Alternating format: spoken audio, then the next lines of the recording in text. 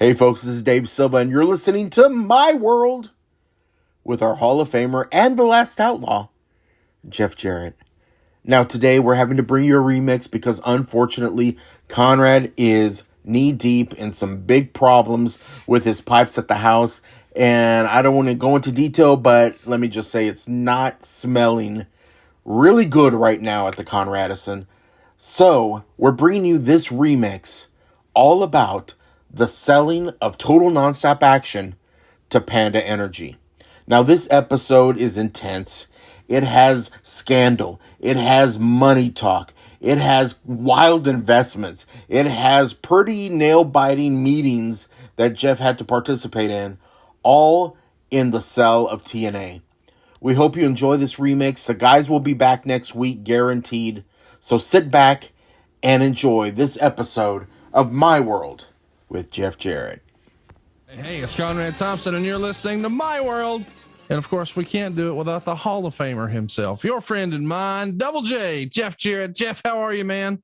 Connie, how we doing today, my friend? Fall is in the air. Got my World hoodie on, cheap plug here. But no, excited, man. We're I've said this the last couple of weeks, hitting the groove, had a lot of fun. In my, I don't know, which is my day job. This is, however you want to say it, lots of moving parts, and it's pretty fun. Never know what's going to come in the old inbox and email. I'm sure you can relate, but my world is branching out in a couple of different ways. And candidly, it's a lot of fun. So I'll just say this with all due respect. I think the summer of no worries may roll into fall. Well, I'm not mad at that. We've had a great time catching up with you this summer. Of course, last week we talked about all things No Surrender 2006, which on the surface felt like, I don't want to talk about that pay-per-view, but it's when Kurt Angle's coming in and Monty Brown is going out, and we're going from 1 hour to 2 hours on TV, a pretty monumental time in TNA history. And today we're doing more of the same. We're going to be talking about how Panda Energy came to buy Total Nonstop Action. Now, in the archives, you can check out our Jay Hossman episode where we unload the whole debacle of how we got ourselves up Shit's Creek financially. And as we've gone without a paddle. Yeah. As we've gone through the history of TNA and discussions, I'm sure there's people who have been reaching out to you who listen to the podcast and maybe were friends from a former life, and they would say things like, hey, remember when this happened? Well, speaking of things we haven't brought up, and it's probably time to do so, here it is. Quote, they created a hardcore title on August 7th in one of the worst atrocities known to mankind, where the Dups are both champions using a spittoon as the title belt, and they beat Ed Ferrara with a complicated point system that I don't even want to think about. And they had a blow up doll named Jay after Jay Hassman. Get it? Boy. God. Defend this silly shit, Jeff. Conrad, do you really look? Rigorous honesty is what this one of the pillars of this podcast. And going through the notes, and you're going to start off this episode. I don't say it's going to be difficult, but we're not going to be talking about an in-ring product. We're going to be navigating our way through this, and you're going to start off with, didn't we affectionately call it the Dup Cup? But man, it was, as we say in creative, you throw some balls, throw some strikes, throw some whiffs. I don't know if you saw Conor McGregor throw out the first pitch a couple of weeks ago. It was not good. Okay, so he threw a Dup Cup. Oh man, when you look back on certain things, some things you look back on and go, "What the f were we thinking?" But do you remember somebody on the team saying, "Hey man, what if we called this blow up doll Jay?" I don't remember that in the notes. I have like zero recollection of that. So it must have gone in one ear and out the other really fast.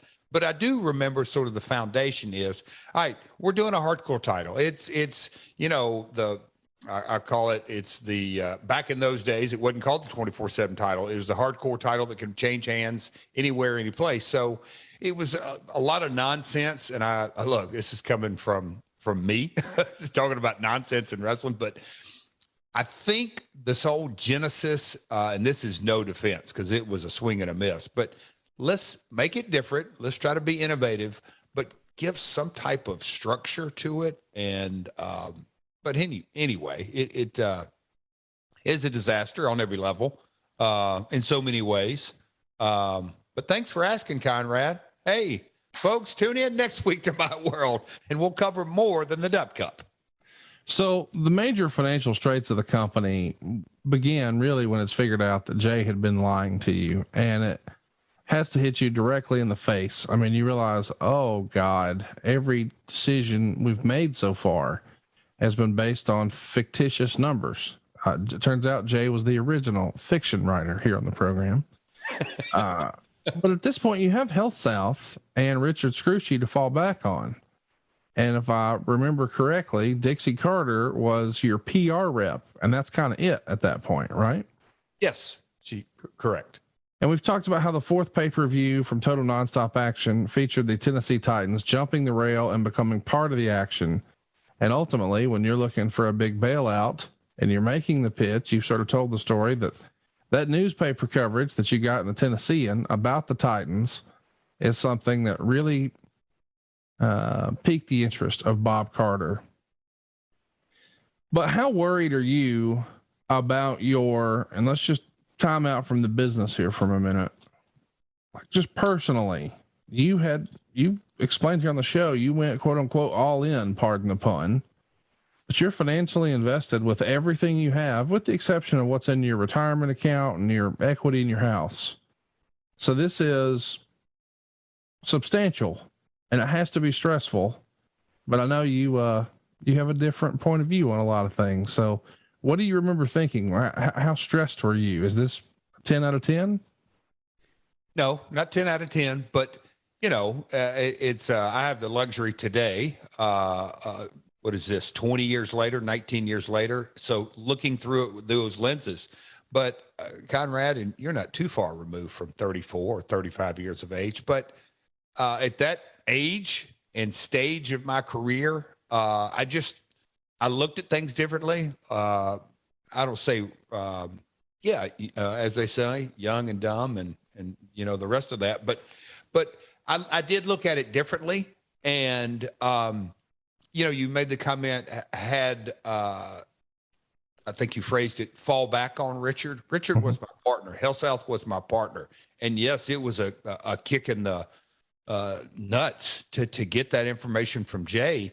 But I've always had the mindset since I was, as long as I can remember, a young kid, getting cut from a basketball team. I'll show them. And I did the next year. So as a young man, as a child, I always had get knocked down, get back up, get knocked down, get back up. And I had that mindset, and I was not happy with Jay, but it was without question an incredible, very quick learning experience on not boardroom meeting type stuff, but like actuals of picking up the phone and calling San Diego cable operator and calling Wichita, Kansas cable operator. And I could reel off 20, 30, 40, 50 more, having real conversations. So getting educated. But, the Hossman thing was ground. It rocked our world in so many ways. But, Richard, knowing the conversations that I had with him and his financial people and his executive assistant, that, okay, what are next steps? There's nothing we can do about the past, like zero. So how are we going to figure this out? And so that was the mindset through all of that. And even to, I don't want to get too far ahead, but getting out to Dallas and having that conversation and having the Tennessee Titans, as much as a, negative the Hossman side was, the Titans story and that was real. That was tangible. It was not a fictitious boardroom idea that we created excitement, front page news and all that. Was it the end all be all? But no, we had picked ourselves up and early in our game. had the mindset of persevering. Immediately, though, we go into the cost cutting routine. The Nashville Fairgrounds is going to become the home of TNA. It's going to be renamed the Asylum. And, once upon a time, this was supposed to be a touring brand, and we were supposed to be on the road booking different arenas. And now it feels like it's what's the old thing? Necessity is the mother of invention. Yeah. Anyway, your budget for talent is obviously cut way back. Are you the one reaching out to talent and explaining, the cancellations or renegotiations, the pay changes, the flight changes, or are you tasking Bob Ryder to do that? What does that look like with the talent end of things? I'd say with north of 50% of the talent, I was making the calls. Bob was making the calls. My dad might have made a call or two. I don't recall specifics, but it was a full court press. When we were reeling in and creating napkin math, like we used that term last week, like, okay, let's figure that out. In the very best case scenario that was written apart as far as the touring, the live event gate, what was, maybe cover production cost. The strategy was the pay-per-view buys. So reeling it in, and just because, my dad's entire career was basically Memphis studios. So, getting a fixed location. Our goal was obviously cut cost up at the priority, but how are we going to get over to the fairgrounds? It's in our backyard, but how are we going to make that studio, again, not that we were competing against Raw, but that's what the world had known, Raw, Nitro, SmackDown, Thunder, and all that. So we knew that was going to be a challenge on our limited budget. So chat me up about, when you're saying you were making these conversations, I assume, just knowing you, honesty is the best policy, blah, blah, blah, but you can be transparent to your own detriment. I mean, you want to be positive, but you always take a glass half full approach. So I'm curious, this has to be heartbreaking for a lot of talent who felt like, oh man, this is the new big thing. This is the new WCW. A few weeks in, they get this call and they think, well, it's over. I knew it was too good to be true. A lot of the guys can't help but gravitate to that way of thinking, I'm sure. So I'm asking, what did your presentation sound like, and how are you sort of trying to keep things positive on that call? I want to dig up, Conrad, and I think I still have it somewhere in my house. But anyway, my dad wrote this is probably a year into the relationship with Panda, but something you just said that sort of piqued my interest was, he basically wrote a pretty lengthy letter, and the title of the letter was Mind of a Wrestler, just how the wrestling mind works. And although it's, you're asking me the question, and how did I frame it with the talent? So you sort of have to put it in context and truly say, okay, what was the first conversation or the beginning conversations? And in our very best scenario, like literally Scott Hall, Ken Shamrock, I'm just trying to think of some of the top names we talked about from the very beginning. All of those conversations, best case scenario, we were offering them 52 dates or 26 dates out of the gate. So nobody, the top guy, it was not a full-time living, but was there some hope? Maybe year 2, year 3. Yes. So it wasn't quite the letdown for the majority. And at the end of the day, I wasn't calling them to tell them there's no more work. And I don't even know how much we reduced, but we did, I'm sure, across the board. I'm sure me and my dad and probably even Bob Ryder said, hey, are we going to cut everybody across the board approximately? But if a guy's making, and I'm just saying, $150, you can't cut him 25%, whatever it may be. Yeah, it's hard. There is a floor to this. Yeah, exactly. So without that, I say all that to say that people, what they did want to hear is me to say it's over. Right. And that's about it. And so telling them that it's not over, but hey, here's the financial struggles that we're going through and we're going to a fixed location. That's it. Top line stuff, essentially. And now the follow up. Did you have any talent who sort of pushed back and said, Jeff, if you can't pay me blank, I ain't coming in? You know, even Scott, and he was a personal friend of mine. I don't even recall any of that. Hey man, dude, it's cool. Shamrock was definitely didn't have all of his eggs in the TNA basket, and he was disappointed, but understood. But no, there wasn't anybody that like, no, I mean, it was a different time because again, to put it back in full context, and I know Conrad, you were an avid watcher, and I think even the consumer and the viewer and all of that, when Vince bought the competition, it was very apparent to the whole wrestling world, even to the buy rates. The invasion was big, and then it died. You can't be number one without a number two. There's no such thing as that. You're just wrestling. So we had a lot of built-in, man, I hope they make it type stuff. Yes, you did. You have a lot of goodwill with a lot of people within the industry because they understood the bigger issue was a lot of jobs left. And if we can get back some of those jobs in wrestling, that's good for the whole industry and certainly good for fans. But I also know that, there has always been this sentiment that, and we'll talk about when it became, or actually maybe now's a good time, I guess. When do you remember I should say everything, the overwhelming majority of the online feedback, because you do go from being this, bell at the ball, you're the darling, you're the Cinderella story, you're the underdog, and we're all pulling for you. And then one day it feels like I log on and it's, LOL TNA. And I could never really put my finger on why that is, because you look at all the stuff y'all created and man, there really is great stuff out there. And you look at all the opportunity that was created for a lot of guys who maybe wouldn't have had those same opportunities otherwise. I was a big proponent, big fan, still am.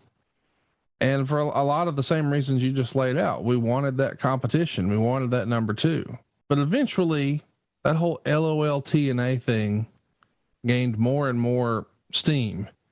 And it felt like, I don't know, the majority of the fans had sort of turned their back. Do you know when you felt like that was the case? For sure.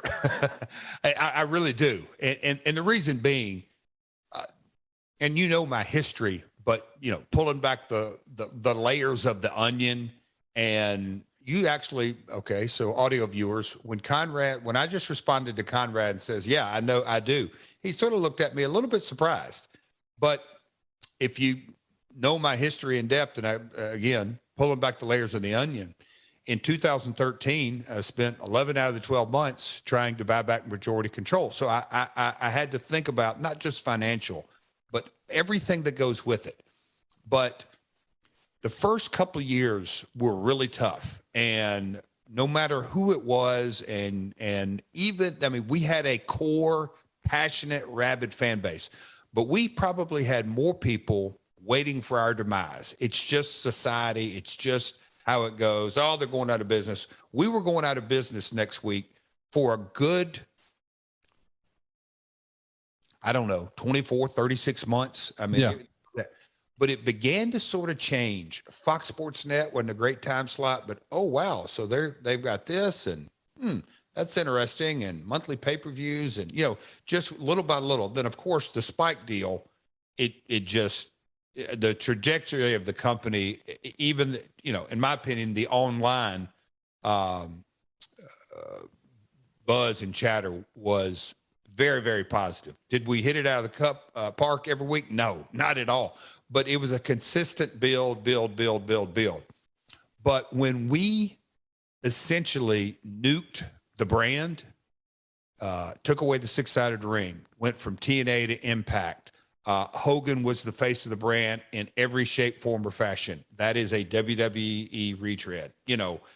We could go all the way down the line. But in 2010, toward the end of the year, the amount of people that would come up to me that would, whether it was there at live events, whether they were fans, executives, building managers, it was kind of amazing to see sort of the pot shots they began to take in person. Like, oh, wow. Okay. But then, so I'm going to say, once we didn't give the TNA faithful or the TNA fan some type of rebuttal, because there's give and take, but when we just completely dismissed the TNA fan that had been with us from 2002 up through 2010, then it flipped, because then they were just the pot shot, the naysayers, the people that were waiting for our demise. I'll say candidly, the Hogan haters, all of that. Once we gave the other side the real platform, and the TNA faithful didn't have anything, down to the six-sided ring, down to AJ Styles, then he was a Ric Flair, that whole thing, just storyline after storyline after storyline that literally spit in the face of TNA. It became the joke, the run-in, like you said, TNA LOL. So let's talk about Vince Russo. I had that exact conversation with potential investors and different folks multiple times in 2013, and they understood that. Let's talk about Russo back here at the beginning of TNA. You just signed him to $100,000 a year contract to do creative. And then not too long after that, you realize, wait a minute, we don't have the budget we had. Were you having conversations with Russo about that? I mean, part of me thinks somebody on your side had to say, Jeff, given our new financial landscape, this is a bad deal. And you said signed, and I get it. That's a newsletter, but it was an agreement. Hey, we're going to pay you this. But there wasn't anybody in the company, including myself, that didn't agree to a pay cut. It was what it was, across the board. We were, we buckled down and said, whatever, I don't want to say survival mode, but we're going to make the right business decisions. And so nobody, including Vince, including myself, everyone said, okay, let's figure out. We got to do what we got to do. Let's talk about something in your dad's book. It says on July 19th, you and Jerry reached out to HealthSouth to let them know the news regarding the flash reports and the change in budget. How do you remember this call going, where you're catching up your partner, Richard Scrushy, here on what's happening? And we're probably going to run into this a couple of times today, Conrad, but that conversation, my father was not a part of it. It was me and the accountant, who's still with me to this day, but, and Richard was not a part of the call. Remember, Richard, we didn't know it at the time, but still, he was CEO of one of the 10 largest corporations in the world, or in America, whatever. It was huge. So Richard wasn't a part of the call, but the financial folks were. I think there was 2 or 3, we'll call them junior finance folks, and then one of the lead guys. And it was set up from the very beginning that on Friday morning we would get our draws. I can't remember. We've talked about this. Was it every other Friday or every Friday? But my accountant, the J Sports and Entertainment financial folks that we had set up, they did a draw sheet. Do I need to explain what a draw sheet is, Conrad? That's pretty. Yes. Yeah. It's a good idea. Yeah. It's the expenses. And we had to submit that to HealthSouth, and here's the draw sheet. So we told them, hey, we're going to have a call. We're going to talk more about the draw sheet. So we set up the call and explained, and that was almost like, a foreign language as we were going into Jay and the flash reports and what's going on. But we explained it to him, and I can't say that it went great or it went horrible, but it was a factual call that this is what we're dealing with, but we are working our ass off to get our head around what our revenues are. And that was the call. Your dad has a great line in his book. Supposedly the lighting crew, when canceled because of the budget, agreed to drop their fee from $39,000 to $5,000. And all of a sudden the production truck went from $28,000 to $11,000. And your dad wrote, quote, I'm not sure if we just did a poor job in the first place or if business is so bad that these companies are desperate for work. But it is remarkable to think, hey, I paid 39 grand for it last week. Now I can get it for 5 grand. Hey, I paid 28 grand for it last week. Now I can get it for 11. Whew.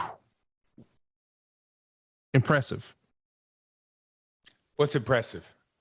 That you were able to keep the same things in place with a new budget and save a boatload of cash somehow. That's awesome.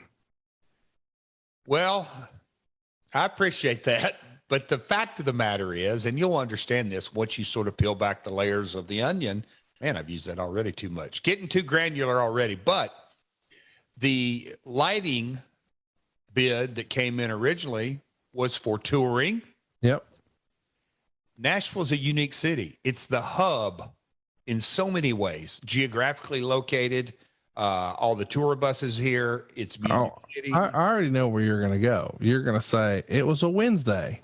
That shit could just sit on a shelf and collect dust, or it could come make some money down the street.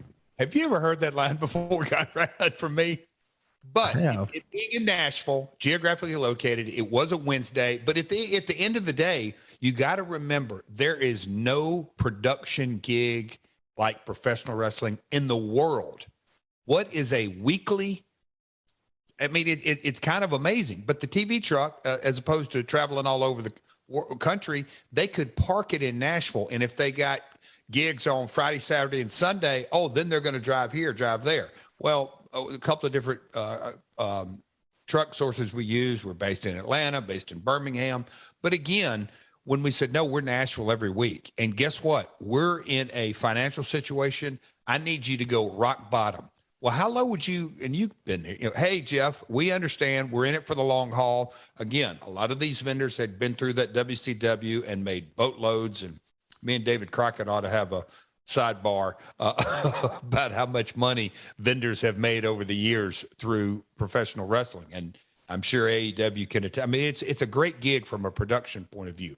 It's literally a cash cow. But with that being said, they would say, Jeff, how can we make it good for you? And I'd say, is free in the cards? Oh, well, wait a minute. But these guys were great partners. They wanted the long haul. They wanted us to succeed because I had a very good relationship with them, even before TNA had started. But as I went through it, they knew that, okay, if we can pull the nose up on this thing, and I can tell you, there's a couple of vendors that to this day will say, we bent over backwards to make it, but God almighty, did that thing pay off for us?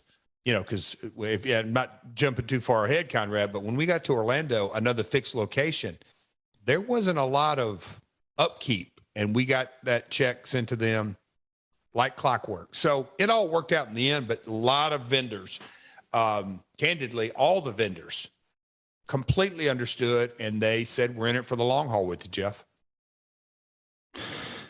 You're working on a ton of business deals to add cash flow. A closed circuit television company is projecting a $300,000 to $1 million influx of cash regarding broadcasting. And this is all regarding broadcasting shows to sports bars. Did you ever think this was even possible? This is a big deal for a company like yours. Not that kind of revenue, but look, we were turning over every rock, and if we can get a deal, I always thought any money that comes in from sports bars at this stage of our career, great. If it's profit, it's profit, but it's also exposure. It's getting the product out there. But like any salesman or company, their projections, and they had no baseline to go off of. Okay, let me do some research. Well, what did we do for the fight last week? Whether it was boxing or, last month, and UFC wasn't like it is today, but they had no way to give accurate projections. And I knew that. And I think they knew that, but we were, being a Wednesday night for a restaurant, and they could get it, the DirecTV package, super, super cheap. We were wanting to create as much revenue as quick as we could across the board. So we should also mention in your dad's book, there's a phone conversation between you, Vince Russo, and himself, with Vincent Kennedy McMahon regarding Jay. And it said in your dad's book that McMahon considered you and Jerry friends. Is this the first conversation you had with Vince since that night in Cleveland, or am I confusing the timeline? Well, I'm a little confused by that note. I just don't have an in-depth recollection. Like, as we read the notes, why would Vince get on the phone with us? That's why well, if you remember, Jay Hausman had been, he worked for Body Worth, and okay, so we're going to tattletale on Jay. Yes. He worked for Team Services. Okay, big deal. That doesn't do anything about our revenue today.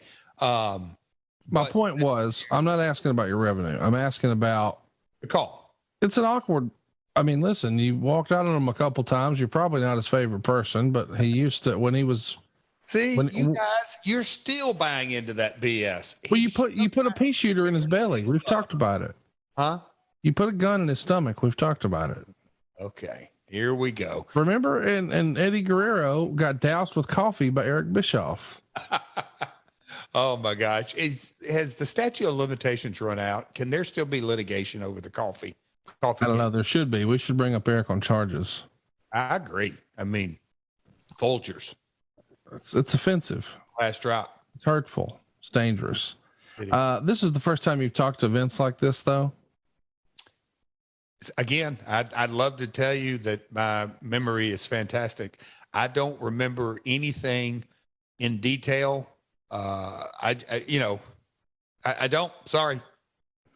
Let's talk about July 26th. Your dad would write there's a meeting between you and him and HealthSouth, and he writes in the book that he thought you painted a gloomy picture of the company. Did he or I did? He thought you painted a gloomy picture of the company in the meeting. You think it's the other way around? You thought he painted it gloomy? Just knowing our immediate history, what would you say? Yeah, I think you're the eternal optimist, and he's more of the quote unquote realist. Yes. Okay. You're a pie in the sky dreamer. I feel like you're one of those people who's looking up at the clouds and accidentally runs into a telephone pole. Like just walking, just looking, and then bam, like one of those deals. Yeah, that may be a bad trait of mine, but no, I do not recall. Matter of fact, every conversation I had with HealthSouth, again, you have to be the Jay Hausman. They asked me 1,000 questions and I spouted right off. But at the end of the day, that line of credit was in place. Richard was confident that, okay, he we're going to make this work. And hey, here's the situation. And when you reduce a budget from, because this is what I recall about the next round of calls. Hey, HealthSouth, you know that, and I'll just say, is it 240, whatever, 250, 260, 220, whatever that budget was that we had per show. Guess where we're at today at the fairgrounds, and we're going to be delivering the show every Wednesday live. Oh, it's just under $100,000. If you were an investor, Conrad, what would you think? I don't know. Yeah, not knowing the business, but them being the financial partners, of course they're going to ask. Now, can you have a show for that much? Yes, sir. We're not traveling, and here's this. Right. Well, what about your lighting bill? It went from 39 to this. Yep. I've got a great relationship with them. They're in it for the long haul. When your camera, your truck, yep, does that. Okay, so get through all that. So what's your rent on the building? Oh, we took it from Burt Prentice, the lease, and he had to run 4 shows a year. We're going to run 52. So the fairgrounds is elated. Okay, you got all your insurance covered? Yep. Okay, let's talk about talent. Well, here's the situation. Everybody took a pay cut. Okay, so that's how you win it from $250,000 to under $100,000. So that's the type of conversation that that was had. And, my father writes, I painted a gloomy picture. It's just not accurate. Let's talk about, in my eyes, I'll clear that up. Let's talk about the show itself from the fan perspective. The look of the shows has changed. And obviously as production, has their cuts, then it's going to look a little less than. And the feedback on the shows overall at this point isn't exactly great. You're only 3 months in, but you're the eternal optimist and you've put everything in here. But with all of these cuts coming around, are you thinking, especially seeing the feedback you had seen so far, hey, this is still a saleable product, we're still in the ball game at $10 a week? Or were you starting to second guess, man, can I really convince everybody to buy this every week? Or did you still feel strongly? I still felt maybe not as optimistic because of the Hosman situation. I knew we had a marketing issue, and I knew that we had like a major marketing that Hosman had fed that, hey, it's a Wednesday night. It's $40. They're going to promote. It's a different era in pay-per-view back then. It just was. So that's a different kind of context. But the marketing component, I knew that we had an uphill battle there. But I was super optimistic when we got our budget down, which meant, okay, so our revenues, it was not only we weren't, in my mind, just in the game. We got to build this thing, and a weekly, episodic. And again, I had been at, let's just say both companies, and I had been on Nitros and Thunders with, we'll just say the Millionaires Club, with crappy ratings. I knew that it took, what makes a number one hit, the song or the singer? Candidly, it takes both. And I knew that we had to write some good songs, like a lot of good number one hits, or even top 10, or even chart them. That was going to be we had to start creating compelling content. And I knew that from the beginning, but doubled down on that. So there's a meeting that happens on August 5th where the conversation at least begins about broadcast television. Vince Russo calls his contact at USA Network and a meeting is set.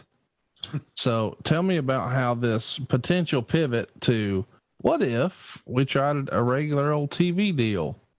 Is that a Russo idea, your idea? And talk me through that.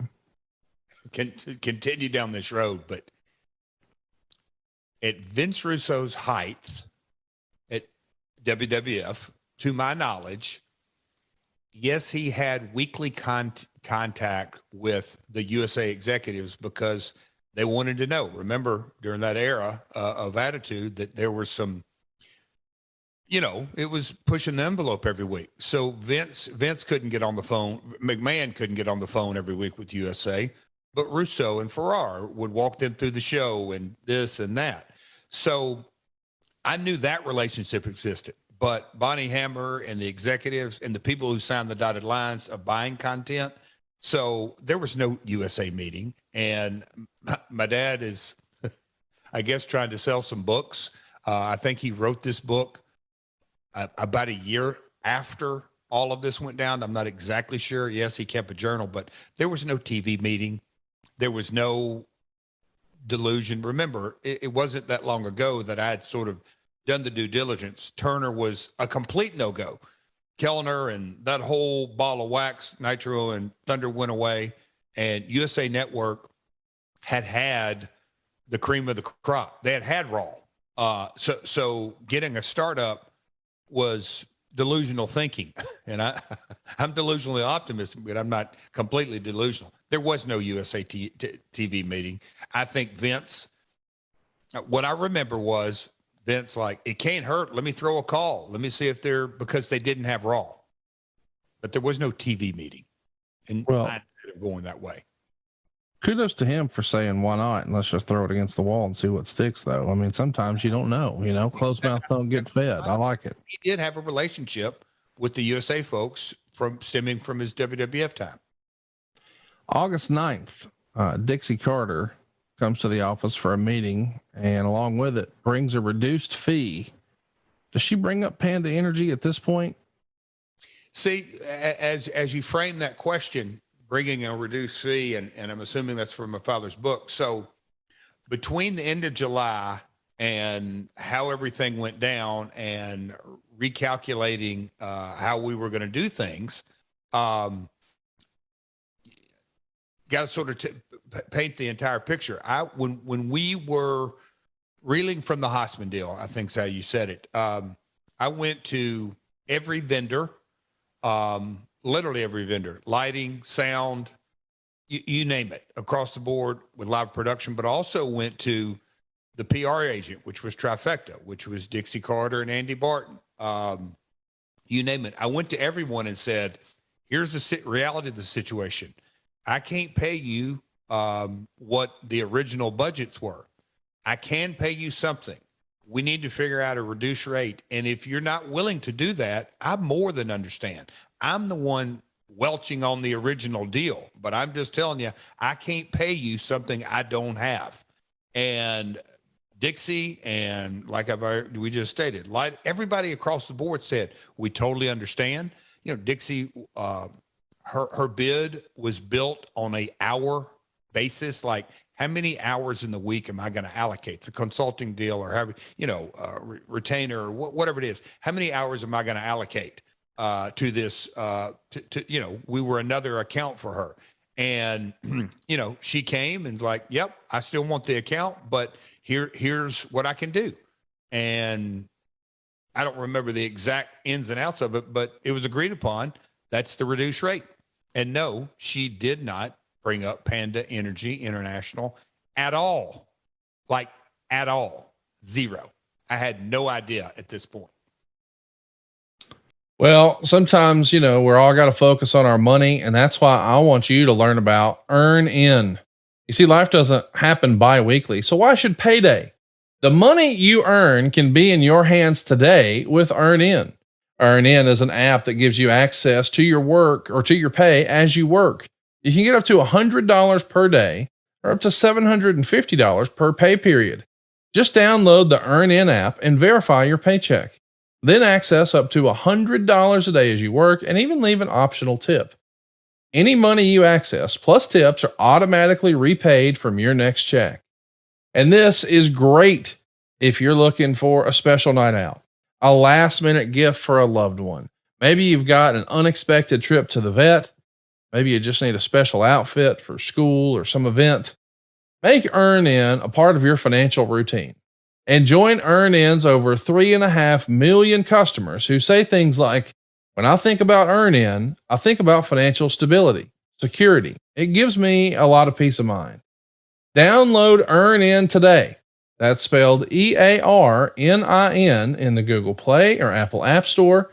When you download the Earn In app, type in My World under podcasts when you sign up. It'll really help the show. That's My World under podcast. Earn In is a financial technology company, not a bank. Subject to your available earnings, daily max, pay period max, and location. See earnin.com/TOS for details.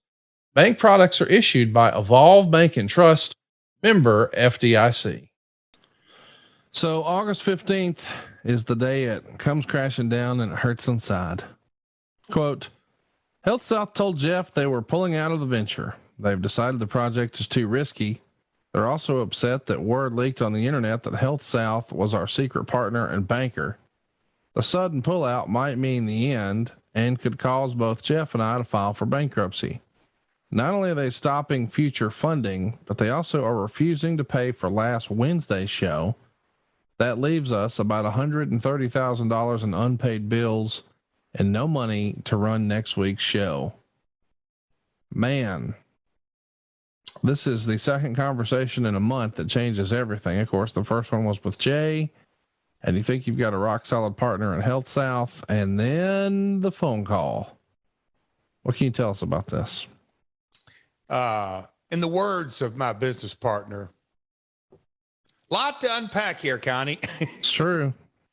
If you sort of, again, I'm being as diplomatically as I possibly can, but a lot of fiction in that paragraph right there, pal.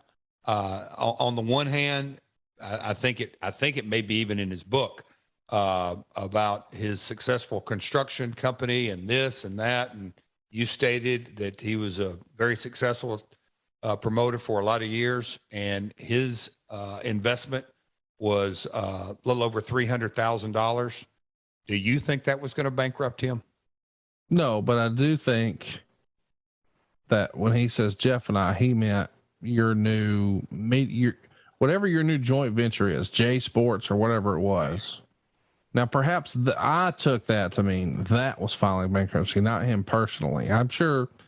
And again, I'm not going to give his address here on the program, but I'm sure Mr. Jarrett probably has some comma money buried in the backyard. He's old school.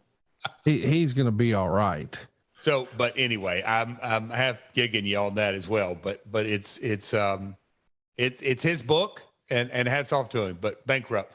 But the big deal here is, and don't have for the life of me why the accurate real reality of the reporting was. But well, let's address that. I think I know where you're going. Bill Owens, who served in several top positions at the HealthSouth organization, said then Chief Financial Officer Weston Smith told him he was quitting on August 5th, 2002. The concept is he does not want to sign financial statements that he knows are inaccurate. What is eventually going to unravel through August and, well, everything else that followed is that HealthSouth, for lack of a better word, had been cooking the books, and they were showing major profits that weren't actually there. That pumps up the stock price. Everybody makes 10x what they probably should be.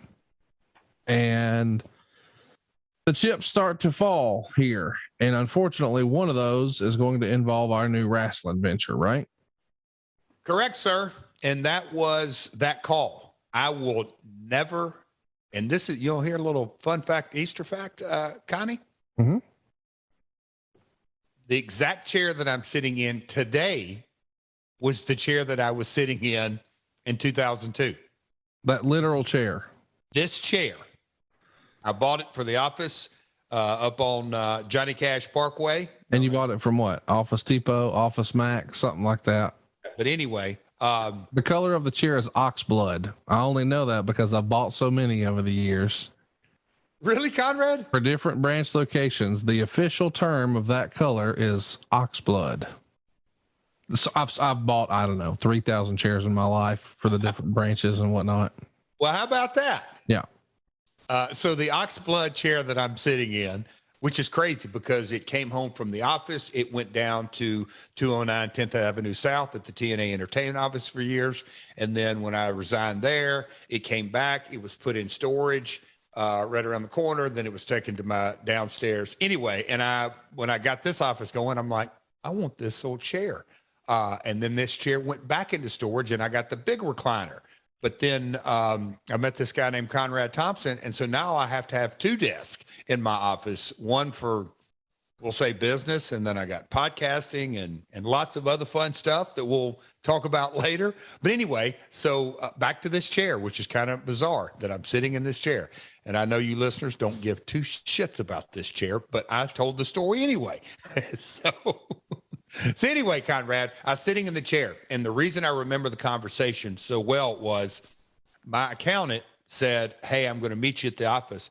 And for whatever reason, I believe we talked on Fridays, customary to go over the draw sheet, and they wanted to talk on Thursday. I may be way off. It may be a Tuesday, but whatever it was, the call was quick, concise, and Conrad, I'm sure that you've gotten bad news through the years on all kinds of stuff. It's life. Life is full of hardships. You can either turn them into problems or you can turn them into opportunities. And what of opportunity that was put in front of me that day. But no, Tad, and you could probably Google that real quick. But anyway, Tad was another CFO. That's funny that you said Bill Owens and Weston. And oh man, I'm getting sort of chills and goosebumps, but it was, like I said, pretty quick call, very concise. And they dropped the bomb and said, we have a situation that we'd like to inform you about that. And they said, you will learn more about it in the coming days. I didn't really know what they meant about it, but my attorney got it immediately. Like, this ain't good. But they said, not only can we, not only, we're stopping the funding. And I'm like, excuse me, wait, can you say that again, Tad? We're stopping the funding. The line of credit is cut off. And not only that, we can't pay you for last week's show. And I just was like, that was a right hook followed up by, I mean, it was that was I'm glad I don't have too many days like that in life. That was a tough call. I just can remember going, whew, it knocked me back. It wasn't long after that I said, all right, we got to go look for other funding. But for this day, it was tough. And I had to, make the call and, home, my father, other folks in the office, Bob Ryder, Jeremy Borash, Ron Harris. Do people start like packing their boxes and think, well, that's fucking it? We laughed and cut up about it later, but not right then. No, hell no. But that's what I'm saying is a lot of the guys, and I can't say this, but they were going to see it. They weren't jumping ship right then. Ed Ferrara immediately jumped ship, but nobody else was like, and I don't know if they're like, you can say Jeremy or Bob or, where were they going to go immediately? But I'm sure they all, before they got in this gig, were looking for other options, and that probably never stopped, but nobody immediately jumped ship. Ed Ferrara did, and I understood. Tell me about Ed Ferrara peacing out and how you remember that going down. Where everybody else stays, he's seemingly the lone voice who says, nope, that's enough for me. Well, married, and I didn't want to get into his personal business, but he just came and said, now's the time. Again, I'm not sure how comfortable he was being a color commentator. I'm not sure how comfortable he was being out there with Don West. I don't know that to be fact, but as far as an on-screen talent, I don't think he was having a blast. And then knowing that it was a 3-man booth, knowing that, hey, HealthSouth's out. I'm going to go on down the road here. He made a decision that protected Ed, and I respected it then. But he bailed quick. Did you ever have an actual conversation with Richard Scrushy, or when was the next time you spoke to him, if at all? Because he's your old pal. Yeah. I asked Tad and it might've been a follow-up call in the news. I just remember having a quick, like one of those, I obviously didn't have the iPhone back then, but Conrad, it was like a 90-second, you're, and I'm like, okay. I don't know if I knew the news about the cooking the books and all that kind of stuff, but I mean, to go back in time, it literally was on CNN. I don't even know if Fox News was a deal that it was on every major newspaper. It was on NBC Nightly News. It was national headlines for many, many days. And I, with my accountant and even my lawyer, and we're going to get into Deborah Wagner, but it's like the FBI had to have had their wiretaps going when I got the funding. I mean, because it went that far back. That was a ugly, ugly, ugly situation. Chat me up about the next conversation you have with HealthSouth. It's written in your dad's book that you place a call to them and let them know that, hey, that $1.1 million loan, that won't be paid back. And supposedly you're going to start to direct some of the vendors who have invoices with you, where you lay it out and say, hey man, they were our financial backer and they, pulled out on us. So you need to call them. Do you remember communicating that we're not going to be able to pay you back? And oh, by the way, Mr. Vendor, you need to call HealthSouth for your money. And I can't say 24, 48 hours, but Conrad, you could imagine, all right, the day that we got the call, sit around and stared at each other for a couple hours and like, okay, that ain't going to do us no good, just looking at each other. But as we began to piece things together and, the old wonderful accounts payable sheet that we can produce and look at, and how we're going to face things and move forward, and talking with the attorney and being rigorously honest in this situation and say, okay, how are we going to face this? And also knowing the tone that HealthSouth had given us, they had so much crazier, bigger issues. This wrestling deal, $1 million one way or another don't make a shit. Oh my gosh, no. And they're not just their PR, but their federal criminal situation. None of them wanted to deal with it. And we had the conversation and it's like, all right, how can we move this down the tracks? And so when we said, hey, at least pay for last week to get the vendors, the work that they had already done, at least somewhat up to speed, they got that. They understood that completely. And we just, had a back and forth conversation that, look, it's one thing to pull out of funding. It's another thing to pull out of funding and then not pay your bills. Let's at least get everybody flush as much as we could. And they understood that. And you have that call on August 19th. You reiterate, or they reiterate to you, they're pulling the funding. And supposedly your dad says, if y'all would just pay the $150 that you owed from last week, it would give us 30 days to replace them and find new funding. Or else they could be on the hook for an amount close to $1.5 million. And ultimately HealthSouth agrees, according to your dad, but in making the agreement, they exercise an option for an additional 25% of JSE, which is kind of funny to me. Now, if I'm going to give you all this cash, I need 25% of something that's worthless. So if you don't give me 25% of something that's make believe, no deal. That's a cover your ass. They had to make their higher ups or something look right and legal. It didn't look like you're just writing a check to write a check. You got something in return, and we all know there ain't nothing to get. Exactly. I mean, there was no sweat off my back, my father's back. Like, oh, okay, you're really going to do that? What you had in the contract to begin with? Because Richard had it. I mean, look, I think it was 1.5.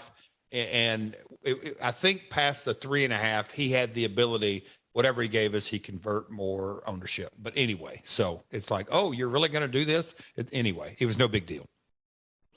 Let's continue. In the middle of all this, you're having creative issues with your father and Vince Russo. And oh yeah, you're actually supposed to be running wrestling shows. All the business stuff has to really stamp out a lot of your creative. I mean, it's hard to focus on. Now, what are we having Loki do this week? If at the same time you're trying to figure out how to just pay bills and keep your head afloat. Is this the most stressful time in your wrestling career at this point? I'd have to say so, Conrad. I mean, I can't think of, it's oh no, I got beat on Raw. Oh, that's stressful. Oh no, Stone Cold's mad at me. Oh no, Vince. No, this was a whole different level. So I'd have to say, other than a few minutes before my first match, that was damn stressful. I can assure you that. But yeah, this is probably at the top. Well, here we are. I can't believe this is real. On January 29th, your father writes this in his book. Hold on. Sorry to interrupt, but you said January 29th. August 29th. Yes, sir. On August 29th, your father writes in his book, quote, when I walked into the office this morning, Jeff was smiling for the first time in many weeks. Jeff related to me that he had just had a call with Dixie.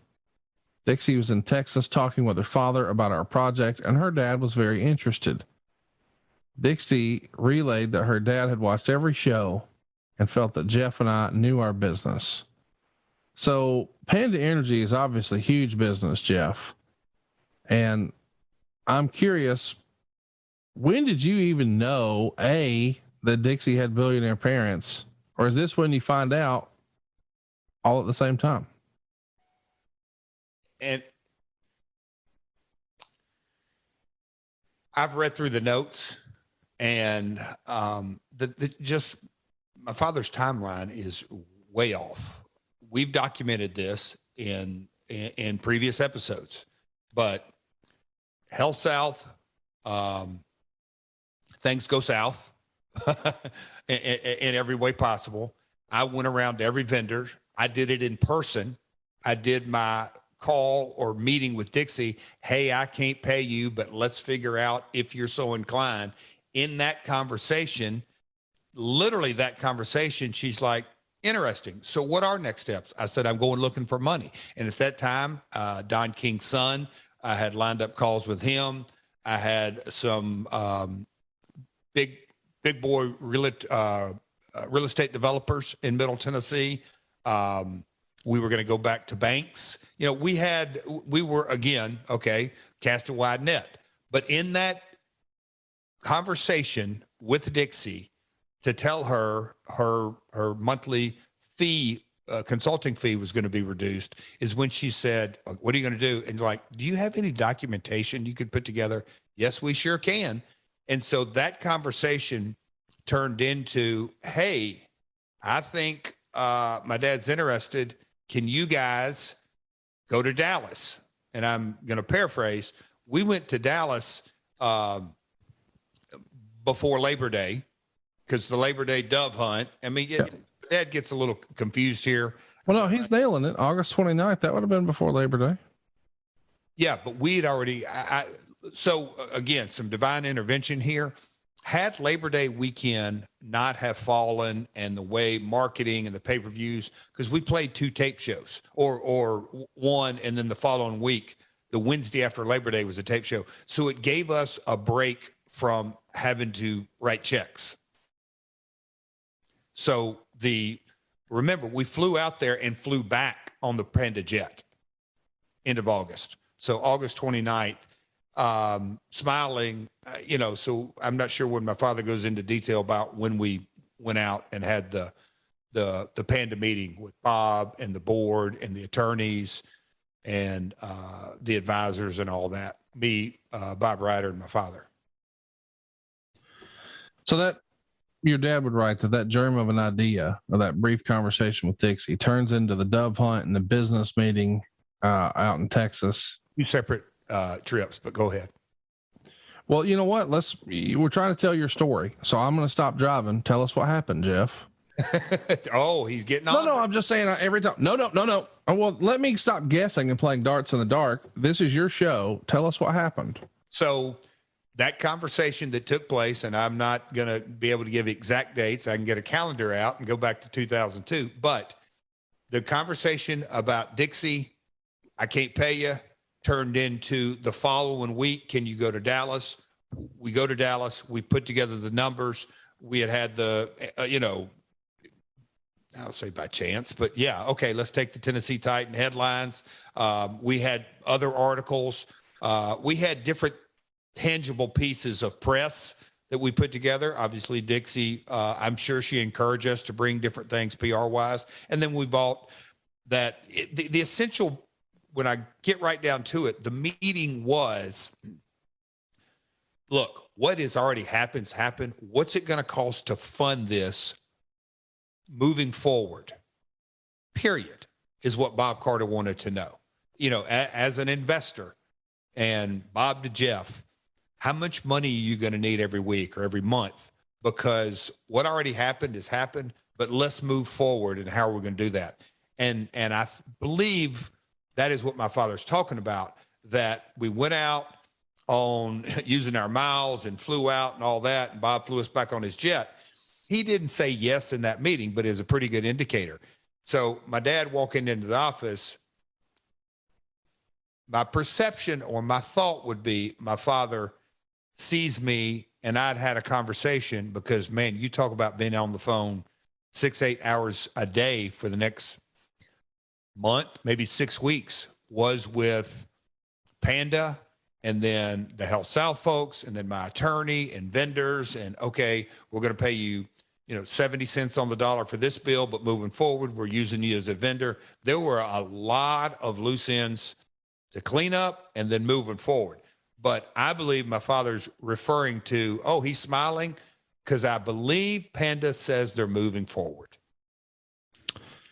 So on your pitch, and we've talked about this and how the Tennessee Titans saved TNA, it's available in the archives, but on your way out there, who all's going to that meeting? Refresh our memory. Myself, my father, and Bob Ryder. Are you having conversations the night before, a few days before, on the ride out there. I mean, it almost feels like that Eminem movie. This is your one shot, right?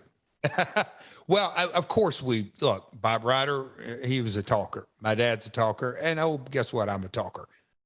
But I do remember thinking in my brain, that's a bad place to get, but thinking things through on what is the strategy here? Try to get, Conrad, getting ready for any business meeting. Prepare myself to answer all the questions. And I kept lasering back to, look, on the revenue, what we have coming in, Bob, whatever it may be, 12, 14 shows at $5 a buy and blah, blah, blah, blah, whatever. And here's what we spent. But he didn't really care what we had spent in the past and wasn't going to care. That wasn't on his dime. But moving forward, so for for end of 2002 or September 2002, we were going to need, if everything hit the fan and no revenue came in, about $100,000 a week. So about $5 million.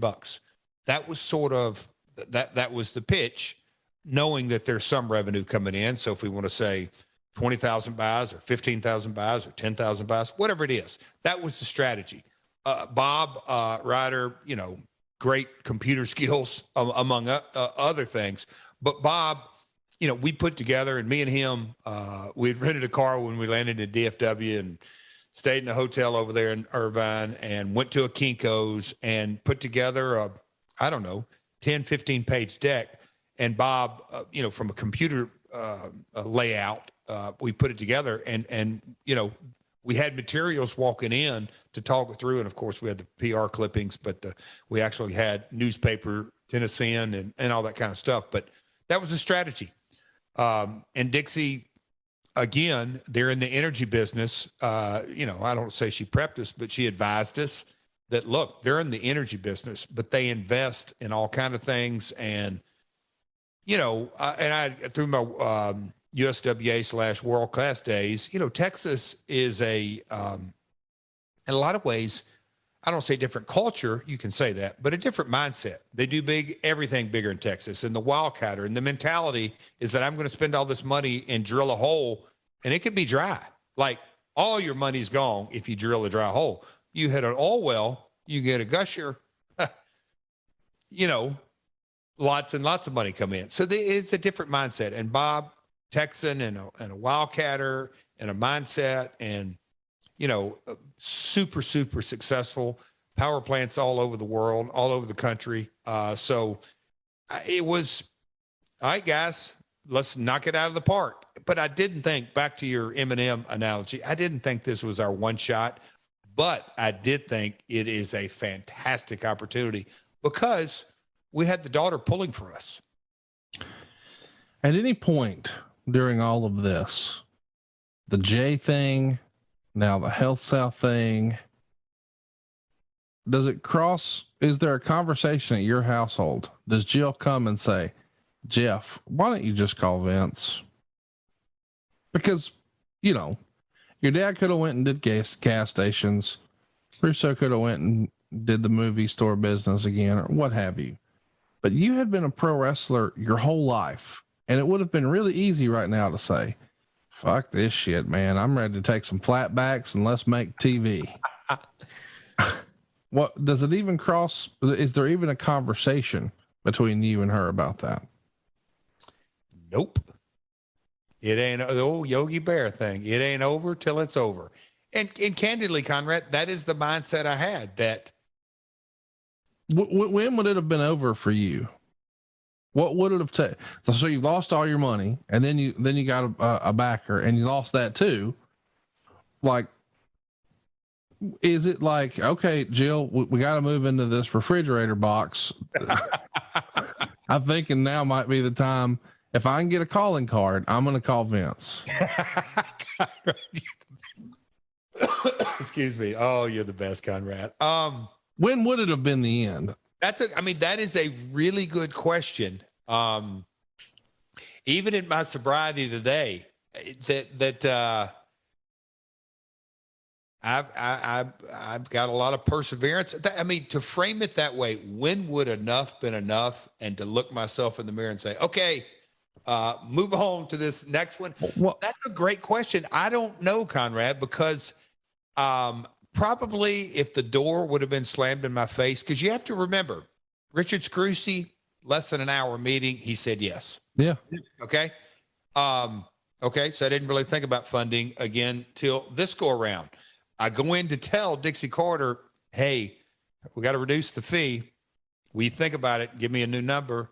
Sure, I will. But what are you going to do for funding? Good question. And I did have it, Don, the different options. She's like, can you put together some numbers? Okay, sure. So, that's sort of where we went with it. Maybe if I would have gotten, you're asking the question and I'm going to do my damnedest to answer it the best I can. Maybe if I'd have gotten a lot of no's, would it have been 2 no's, 3 no's, 4 no's? Probably in that 3, 4, 5. I don't know. I really don't. To be clear, I wasn't questioning your mettle, so to speak. No, if I this know. is just you, I know you're in it for the long haul, but I also know that, and a lot of guys listening to this will get this. We bear the responsibility of not just us, but those who carry our name. So there was a Mrs. Jeff Jarrett, and Mrs. Jeff Jarrett hadn't always had it easy with her health circumstance. And now there's a couple little Jarretts running around. So it feels like at some point you're going to have to say, damn, how much of this is just me wanting to do this because it's important to me? And how much of this is the best decision for my family? Okay. Yeah. Sorry, finish. No, that's it. No, framing it that way, and this is one of the things I love about the My World podcast, is it jarring the memory and all this. The reality of the situation that I knew full well is that for all intents and purposes, we were on a clock. It wasn't really how many no's I was going to get. It was, we're at the end of August. Probably get to the end of September without any funding. It's not like we could, we had to get funding. I'll say inside of 30 days. So there's probably your answer, Conrad, that I was on a clock as opposed to how many no's I could get. It's the amount of time I could get in front of folks. And, again, I think that's the best way to put it. I was on the clock, and if I wouldn't have sealed gotten financing done, this venture would have been over. Hey guys, if you haven't already, why haven't you tried Blue Chew? It's a unique online service that delivers the same active ingredients as Cialis and Viagra and Levitra, but all in chewable form and at a fraction of the cost. And it's super easy to get started. You sign up at bluechew.com, you consult with one of their licensed medical providers, and once you're approved, you get your prescription within a few days. And the best part is it's all online. So you don't have to go to the doctor's office. It's no awkward or uncomfortable conversations. You don't even have to wait in line at the pharmacy. Blue Chew's tablets are made right here in America, and they prepare and ship directly to your door, all in a discreet package. And let me be clear, Blue Chew's not just for guys who have a problem. It's for guys who want to hit a few extra strokes, if you know what I mean.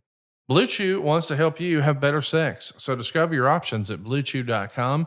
Let's chew it and do it. We've got a special deal for our listeners. Try Blue Chew free when you use our promo code MyWorld at checkout. Just pay $5 shipping. That's bluechew.com. The promo code is MyWorld, and you receive your first month free. Visit bluechew.com for more details and important safety information. And we want to thank Blue Chew for sponsoring today's podcast. Let's keep it going, and let's talk about some other personalities involved here. The presentation in Dallas ends, and Bob Carter has to obviously discuss the investment with his board and get you a term sheet. You're flying home on the Panda jet. Take us back. What's the tone and tenor of that conversation with you and your dad and Bob, as you're not flying back on American Airlines. You're flying back on Bob's jet. It went well. And in so many ways, shockingly surreal. Like, that's even if the meeting would have gone great, flying back on the Panda jet would have, I mean, I couldn't have dreamed that up. You know, I didn't even think it's an option, candidly. Yeah. So being on that jet probably told the three of us all we needed to know, at least for that day. Okay, the meeting at least went well. Hey, he may be being polite and, you know, send us on our way, but at least he gave us a nice ride home. Yeah. Optimistically, I'm like, okay. He wouldn't do this if he wasn't doing business with us. Or it's certainly going to take a long, hard look at it. So what's your dad or Bob thinking? Are they seeing the same thing you are? Everybody's in the same line of thinking? Yeah, pretty much. And you know, at least for the next 24, 48, 72 hours until we really heard back, we were strategizing on getting in front of the next potential investor. So you get the term sheet from Panda. Panda is going to replace HealthSouth on the $400,000 letter of credit, which is what you needed to be on pay-per-view. You're going to pay HealthSouth the last $150,000 that your father promised they would repay. And they're going to loan you the money for each show going forward. In return, they want 51% of the company and HealthSouth to go away. They also request creative control, and HealthSouth would have to accept a $1.1 million loss. What'd you think of this deal? So, Conrad, there are times in my life and my business life when, yes, I'm in the middle of it, but it's not my decision. And boy, did I see some shrewd dealings. And Bob Carter, and I shared it with him much, much later, but I learned a lot of lessons observing that he stepped up and said, all right, folks, it's 51%. We're going to get control of this because I'm funding it. And folks, you carried us this far, but it's game, set, match, and you knew what you're getting into. I'll just say this. It was one by one by one. Bob would have the conversation, or somebody with Panda. Do you need them for the next show? Yes, sir. Okay. He didn't need HealthSouth. So HealthSouth was dealt with very shrewdly. Again, they didn't want any headaches, but they would like some money back. Nope. Bob, I learned a lot again from observing. You know, I mean, you can name, if it wasn't essential to Wednesday night pay-per-view talent production, it was game, set, match. We're moving on. We appreciate what you did and carried us through, but it's over. What'd you think of the, you know, I got to ask, creative control? Now let's remember, this ain't Hulk Hogan or Bret Hart asking for it. This is the owner of an energy company. And he says, I want creative control. And that statement's not accurate. Okay. It is, they wanted control, and the conversations that literally from once we got into, okay, we're going to do this. I was appointed COO and I multiple times, but Janice's voice always rings in my head. Jeff, you do the wrestling and the buck stops with you, but finance, legal, accounting, all the headaches, that's what we're great at. That's how we make our money in the energy business. That's what we do best. We know how to deal in legal, you know, all this. Jeff, quit worrying about this. And that was the deal. And so in your head, this may have been an even better partner than HealthSouth. Of course, you were familiar with HealthSouth, but when somebody says, Jeff, you take care of wrestling, we'll take care of the rest, that's got to be a massive weight off your shoulders, because prior to this, when it was just you and your dad, sort of even before HealthSouth, it's like everything. I'm doing it all. And it had to be like drinking water from a fire hydrant. And so when somebody says, no, just do the wrestling, we'll take care of all this other shit that you don't have experience with and you don't find very fun or interesting. Let's free you up to be creative. That's probably like, hell yeah, high fives all around, right? Ain't kidding, bud. Yeah. So many ways. And that kind of feeling for the next, I don't want to say year, 2 years, 3 years, but that is what went down. I mean, look, there was a lot of bumps and bruises, and Russo and my father, and you referenced Chris Sobel, and we went through 3 or 4 Panda, we'll call it representatives or controllers. I use the term as a accountant controller. We can call it a bunch of different things, but there were a lot of bumps and bruises. But for the most part, Dixie was president, and I don't want to say figurehead, but a lot of it, for all intents and purposes, and she got named president a year and a half, 2 years later. But out of the gate, I was COO, and that's sort of how things were run. And you're right, Conrad. I was elated. And to think where the relationship with Richard, and he didn't want anything. He wanted to be strictly a silent partner. Yeah. Period. Here's some money. Now you go handle it all, Jeff. Exactly.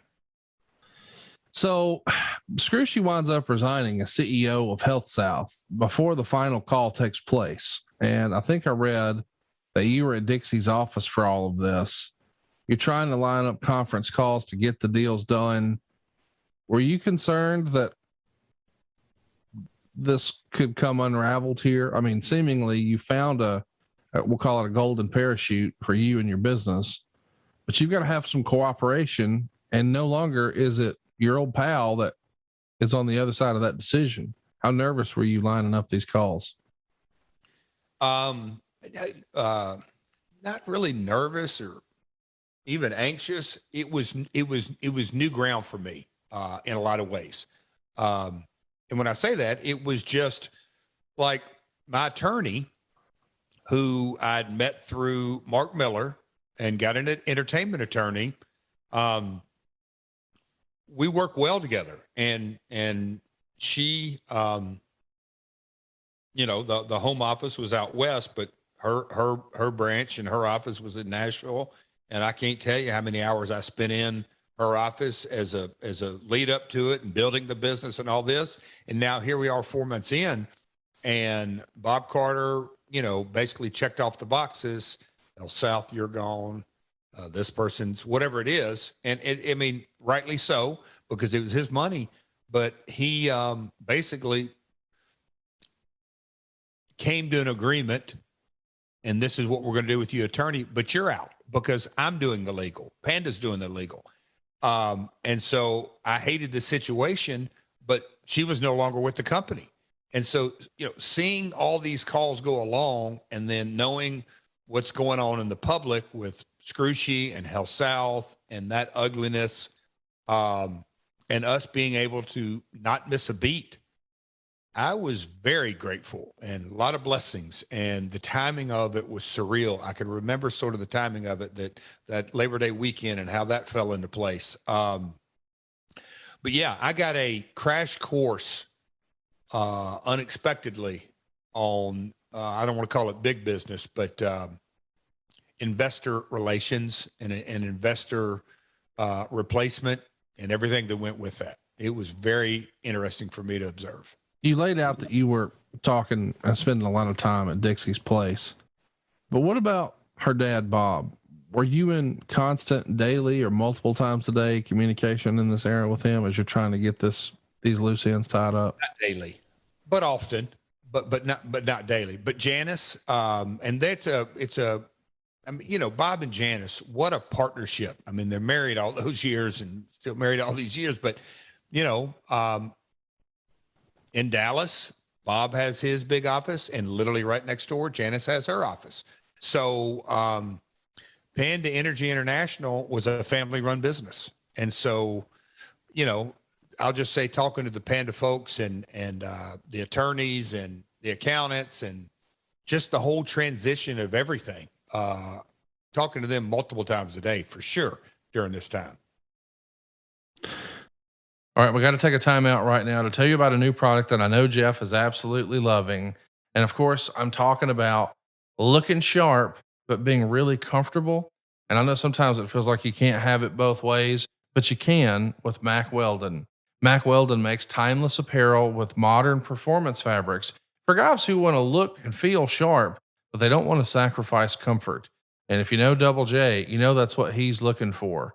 Double J loves the way he looks and feels in his Mack Weldon. He's rocking it every chance he gets. Usually when you see him on Dynamite or Collision, you're seeing him wearing something from Mack Weldon. He has confidence that he looks his best, and because of the way the fabrics are made, he feels his best. He's told me that these are the most comfortable sweatpants he's ever felt. These are some of the most comfortable polos he's ever worn.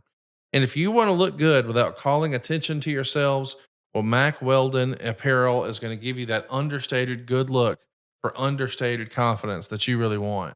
Mack Weldon's just not flashy. It's classic, always in style. And finally, really, truthfully, made with the world's most comfortable performance materials. That's the secret sauce of Mack Weldon. And that performance fabric usually means that the clothes look or feel techy or shiny, not with Mack Weldon. They're designed to fit your style and the demands of modern life, meaning they kind of look like regular clothes, but they do have all the latest in modern comfort. Mack Weldon is the go-to choice for guys who want to look great without even really trying. They've got things like breathable underwear that keep you cool and comfy all day. They've got crazy comfortable but elevated sweatpants that you wouldn't feel bad about wearing in public. They've also got the upgraded classic polo with antimicrobial silver threads, so you're going to stay feeling fresher longer. They've even got that for ultra soft t-shirts. Yeah, antimicrobial tees. Mack Weldon has it all. Get yourself some timeless looks with modern comfort from Mack Weldon. Go right now to MackWeldon.com and you'll get 20% off with your first order when you use our promo code MyWorld20. That's MackWeldon.com. And the promo code is MyWorld20, MackWeldon.com. And the promo code is MyWorld20. So I wanted to bring up, the way this all goes down. As a reminder, of course, Scrushy's going to resign because, well, the news is out that they've inflated the books and Scrushy has sold some stock before an earnings report comes out that shows that stock is going to come down. So he's in a whole host of trouble. And now seemingly you've got everything to this point where we've just got to sell HealthSouth, what's left of it, on taking this deal. And you do it. The call happens. The wrangling is through. It feels as if everybody's on the same page. HealthSouth still needs to sign off on their end, but on the call, everyone agrees. But somewhere in here, your attorney has gone missing, according to your dad's book. What do you remember of that? Gosh, I don't want to give too much of a countrified analogy, but when a big bull walks into a new field, folks scatter and run off and, hey, I'm going to let this bull saunter through, and this big bull can do whatever he wants at any time. And Bob Carter did that. The big bull came into the pasture and this person went away and that person went away. And I can't say that the attorney didn't have a vacation or whatever it is, but she knew what was coming. She knew the chips were not going to fall in her favor. And look, she was a business person, well-skilled, but that still doesn't make it taste any better. So she probably is like, I'm tapping out for the long weekend, and maybe the long weekend extended. I don't recall. My dad might have been a little bit maybe colorful here that she went away and went MIA, but there was time frames between everyone Bob was dealing with or Panda was dealing with. But again, I'm going back to the crash course. There was another big bull that was the lead bull before Bob came in, and that was HealthSouth. And so after the dust had all settled, they still had to dot some I's and cross some T's. And in their defense, their attorneys on their side, they're like, hey, we're going to take it on the chin here, but let's not just roll over. Let's make it a challenge. Again, they're paid, salary down there in Birmingham and HealthSouth and whatever it was. So that last bullfight wasn't really a fight, but they made it look good for a while because Bob held all the chips. He was funding it. So Panda starts making demands before the deal is even finalized about legal and accounting stuff that you already had set up. And then, of course, they're having conversations within demand. And this is within deals of making the deal. And really not everything is even signed off on yet, but they're knee deep in the business. Do you view that as a good thing or a bad thing? I know you know what a bridge loan, but you can probably give our listeners, a description of what a bridge loan is. Gets you from one deal to the next. It's not your permanent financing on either side, but it's going to hold you over till you get your next deal. Father. So the bridge loan happened, but then Bob instructed his team to do due diligence. And again, another fascinating time in my life that I really got educated on how in depth it went, because Bob said yes to the bridge loan, but he wasn't closing the deal until he got the deal he wanted. And that went with in demand, lowering some guarantees. Look, my personal accountant, who's still with me to this day, as you would know, in our Slapnuts LLC, he's the guy you see on the emails. But no, they got pushed out, and so that deal had to be finalized. So accounting, legal, HealthSouth, in demand, vendors. Bob made sure his team knew and what they were getting into. I loved it. It wasn't fun all the time, and I know my dad's got his feelings hurt. And yeah, but still, when I read that in your dad's book, and I sort of read between the lines that maybe it hurt your dad's feelings too. Like, man, we don't even have everything done, and they're already wanting to take a peek. But that's the way business is done, and you want someone who's invested, who not just financially, to not be that silent partner. Hell, this is what you were looking forward to. You want a partner to take care of that. Let me book wrestling, right? That's right. And it really was that simple. And they got in and one of the things that I thought was fascinating is that they did have conversations with Bob Ryder and Jeremy Borash and Ron Harris and anybody. I mean, they weren't afraid to pick up the phone and start calling around. Chris Sobel was the, I'm not sure exactly what title they gave him, but he was the Panda rep who was in Nashville a couple of days a week. I mean, he had conversations with talent, with vendors. It was his job. And Bob Carter sent him to Nashville. Dude, go up there and find out everything, the good, the bad, and the ugly. And he did. He ruffled a lot of feathers. Let's talk about something from your dad's book here. Quote, Panda Energy then played hardball with Jeff concerning our original investment of $1 million. They advised that our loan was to be considered an equity stake and not a loan to JSE. In other words, Panda wanted us to pay the interest and not the company. I advised Jeff that we were not in a position to do anything except go along with Panda at the present time. However, as soon as the deal is done and our names are removed from the loans to HealthSouth, the power would revert back to our side because we're the only members of this team that know the wrestling business. Your response? I remember, the call, if you will. This is how we're going to convert your debt to equity. And, I was at 29% and my dad was, in the teens. And so I looked at it like, okay, let's roll. Let's make this work.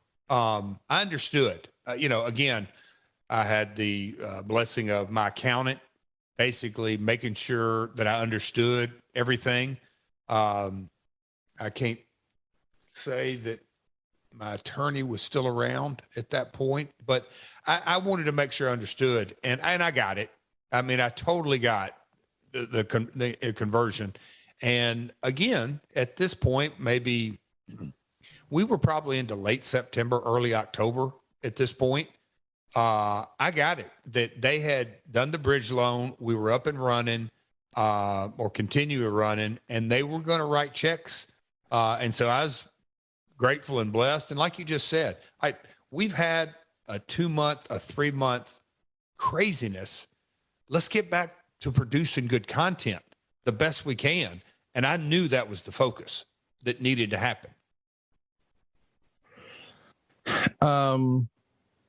Your attorney finally signs off on her buyout after she apparently loses her mind, according to your dad's book, about pay rates and buyouts. What do you remember about this getting sideways with the attorney? And the attorneys had a knockdown drag out that went on. And again, I think I referenced it last week. In any kind of organization, the top guys don't bitch about anybody but other top guys. And the referees bitch about only the referees. The guy who sets up the ring only bitches about the other guy that sets up the ring. It's just, but these attorneys went round and round and round. And, I wasn't a part of the calls at all, not one of them, but, and I'm hearing it from both sides, but it was ugly and then got uglier and then super ugly, but it got resolved. Were you losing a lot of quote unquote friends in this era where, you sort of laid it out, guys like Scott Hall and whatnot were pretty understanding, but your attorney, there's got to be others that were casualties of all this, right? Hey, this wasn't what we signed up for. And I had no hesitation to say, it isn't what you signed up for. How much money have you invested in it? Yeah. You want to ask me what I invested in it? I didn't sign up for this either, but you want to go bitch about it, or you want to go try to get up to bat and hit a single, maybe a double one, stay in this game. That was the option. There's a last minute snag in the deal that almost blows up when the attorney and CFO for Panda mentioned that they did not know if Bob Carter would require you and Jerry to sign personally on the cash flow loan. What were you and your dad thinking about that little piece of business? That was maybe a gotcha. Is interesting. I wasn't real sure how to take it. But they pressed really, really, really hard. And I'm thinking, oh boy, this is really going to be interesting. And going back to, what you just said about family, and I'm feeding other mouths, and, me having my conversations with my accountants and like, hey, Jeff, this is real. We don't know how this thing's going, and you're really putting yourself out. And so they pushed, but Bob didn't push. When push come to shove, they backed off of that. And I can't really tell you why, other than, okay, that may be overreaching. That may put our partners, at this point, we had worked together 5-6 weeks. That may put our partners in either undue duress or whatever it was. They backed off. I can't tell you why. That'd be a question for them, but they never pulled the trigger on that. So Dixie and the rest of the Carters, some of the Panda folks, come out for a show, and it's all fun and games, and everyone's being all chummy about our new deal together. And then it leaks that Panda was at the show, and somehow it winds up in the Torch.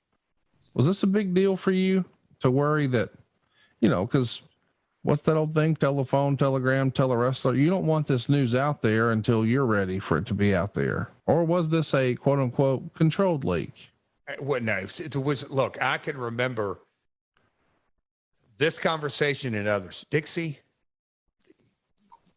it's delusional thinking. The talent is there.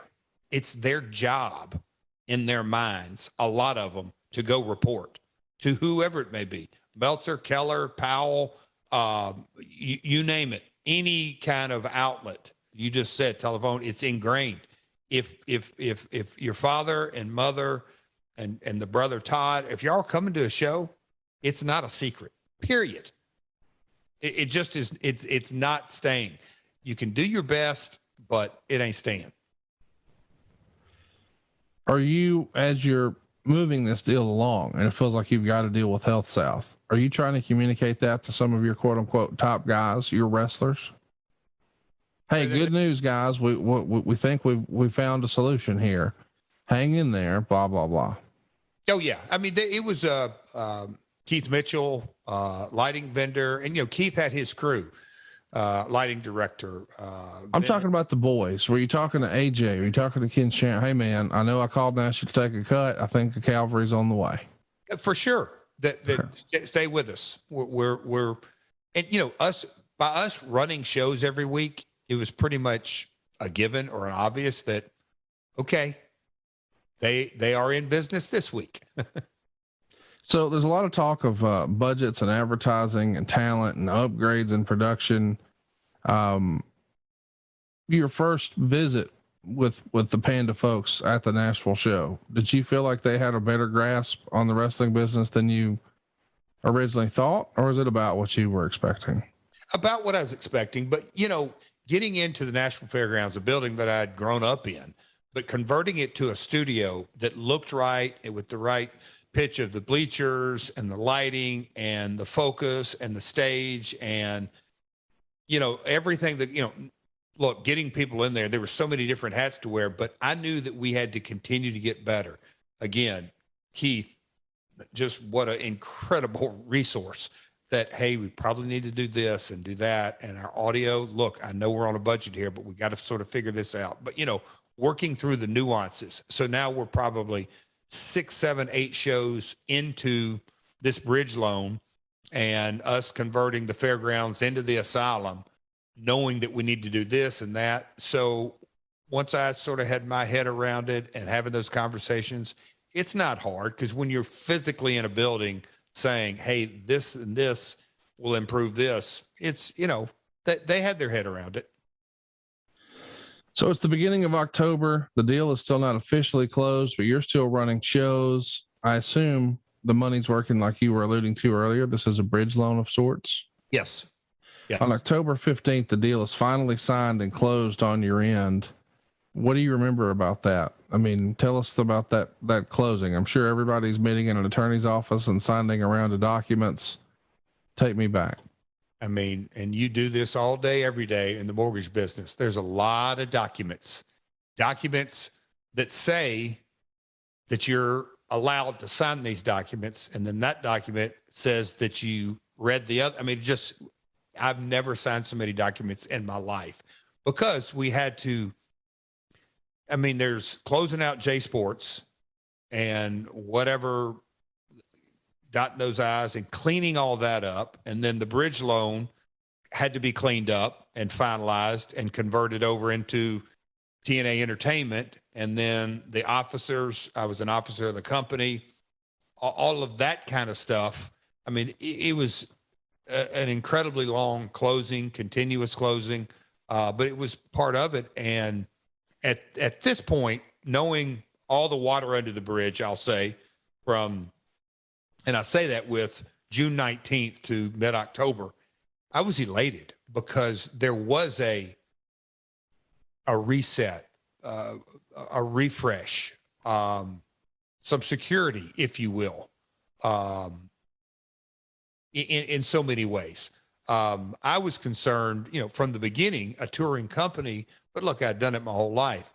But knowing that we were in Nashville and we literally could focus on continue to make the asylum look better on camera, but also digging in and focusing on content and marketing.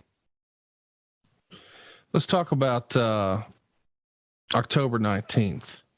4 days afterwards, your dad gets a call, according to his book, from Chris Sobel, whatever. Yep. The conduit between Panda and TNA. And it said that he wants to place your dad as COO of the company and you in charge of creative.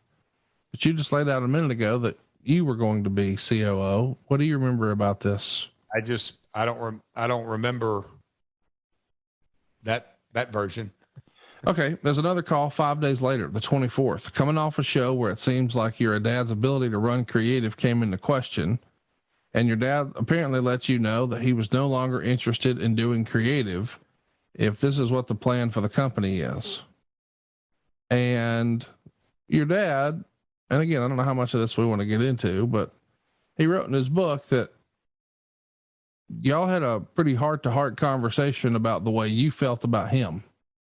I don't know how much of that we want to share, but now all of a sudden the challenge of family involved in business, boy, it feels like the volume has turned up in a big way. Do you remember this being the beginning of things getting tough working with Dad? It was tough day one, much more so than I expected. On your side or his side or both? I think both. I think there was an underlying current that, because I'll never forget the conversation of, hey, Dad, I'm starting the rest of the company and we've gone through this, but paraphrasing, how much do you want to invest and how much, figuring out the ownership. And he told me real quick something that he had said many, many times: a wrestling industry business will only work if you have one person. So I'm not doing 50-50. So one of us needs to be in charge. And he said, I think you should be. It's a young man's game. This is your idea to move forward with it. I'm doing my construction. And I'm like, okay, so do we do 2/3, 1/3, that kind of conversation? Yeah, that works for me. You be in charge. That was the conversation. And then real quick, when we got into it, it's one thing to say you're in charge. It's another thing to say, hey, you're in charge on paper, but I really think we're going to go my way creatively. And you've been around wrestling now, not just as a fan, but as in the business. I know it's a podcast business, but you understand the dynamics much better than hell anybody that I personally know of. But I mean, everybody, it's the wacky side of this business. Yeah. It's down to creative. The armchair quarterback almost becomes the authority. And I don't care if it's social media or sitting around having coffee or in a creative booking room. When people come up with their own ideas and creative, and then you shoot it down, no matter if you're just as diplomatically as you possibly can be, people take it personal. It's just how it was. And so from day one, me and my father, well, you're shaking your head. I don't know if that's good or bad. Well, because we've all been there. Like, you know that I have my mom and dad work at my mortgage company. But when I'm up there, I don't know that you've noticed this, I refer to them as Larry and Deborah. Yes. Now at home, I don't ever call when I go over to his house or he comes over to mine, he ain't anything but Dad. But when we walk through the front door, she's Deborah and he's Larry and I'm Conrad. And when we walk out and we go to lunch, it's Mom, Dad, and their son going to eat lunch. But I'm able to separate that, and Mama ain't always able to do that. And so sometimes when Mom and I have a situation at work where she didn't do something the way I needed her to or whatever, now we get emotional mom. And if anybody else was coming in my door and crying, I'd be like, oh God, what is this? But as much as I try to make it Deborah, when she comes in upset, I can't help but be son. And I can only imagine what that must have been like when you feel like your dad is saying, well, I'm out of here. And you are a product of divorce. And as much as you just want to be Jeff, a little bit of son comes out and then a little bit of dad comes out. And before you know it, this is not just a regular day at the office. This is tough. Fair to say? And I respect you, but the wisdom that you just, oh, Conrad, I wish you had you around back in 2002, because that little fester that started June 19th, 2002, eventually ended up into a multi-year estrangement, which sucks, of not speaking. And to really, as I sit here today, when you drill it down, that's just ridiculous. It is. It is so ridiculous. I mean, if anybody's out there listening, learn from us and this story. Good man. I mean, pick up the phone and call mom and dad, or dad, call your son or daughter and just say, my advice would be, all right, we're not going to talk about business. It doesn't come into our conversation. We'll talk about anything but business. By the way, that is a rule. If I'm at their house or they're at my house and mom says, now son, did you see? I'll just hold my hand up. Hang on. Let's talk about it Monday at the office.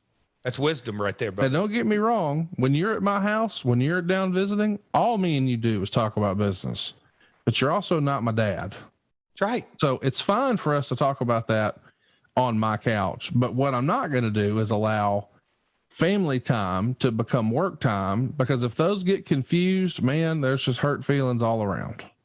So Conrad, to drill it one step further, because I had anger and resentment and just a disastrous of a relationship. And then you get into just the whole family dynamic. But guess what? Christine Jarrett. Guess who her partner was? Her son. So my dad got it honestly. Yeah. And he had run-ins with his mother. Of course. But it's just, unless you've got the wisdom of the podfather, said, hold on, but you still going to run into that. Oh yeah. 30 days, you may have to put your hand up once, maybe twice, but it made it really tough. And again, you text me 2 nights ago and we were going something back, and not out of the blue, but you just said, dude, wrestling is weird sometimes, or something along those lines. But that's so, again, getting into creative.